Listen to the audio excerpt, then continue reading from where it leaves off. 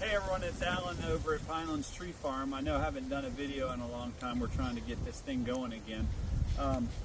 We just went through some really cold weather here in the Panhandle of Florida, and I just want to show you guys real quick what we did to try to protect some of our trees from the sub 20 degree temperatures we had here.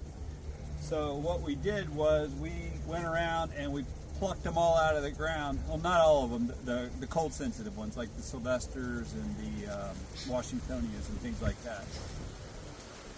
And we laid them all down in a huge pile and we just tarped them. And I think it probably did pretty well.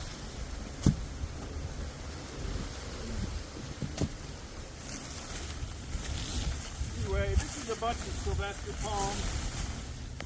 And they already had a little bit, well, this is the top right under the tarp. We got a little bit of cold damage here. But as you get down inside, they're well insulated and protected from the frost and the cold.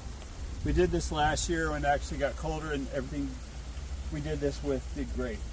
Some of the palms we couldn't cover, for example, this big one here, it's got about 11 foot of trunk, but if you look up top, you can see that the whole top is brown. A lot of you guys' trees at your house are going to look like this. Don't fret. They will grow out of that. They're just going to look terrible for a while. But don't cut anything off now. Just leave it all be until the winter's over. And then once we get into late March, early April, if you can get to it, you can get up there and start cutting the brown out of it. And all that new green growth will emerge from the center. And you should have a nice looking tree again by August or September.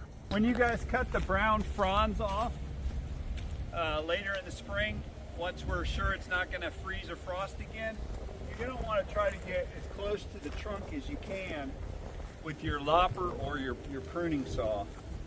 You could actually even get closer than this. Some people will cut them like way down here at an angle, and that's what they call a diamond cut. This one's more of a natural cut. I prefer this one. Some people like the diamond cut, but it's just however you prefer it. But when you do cut, try to get as close to the tree trunk as you can.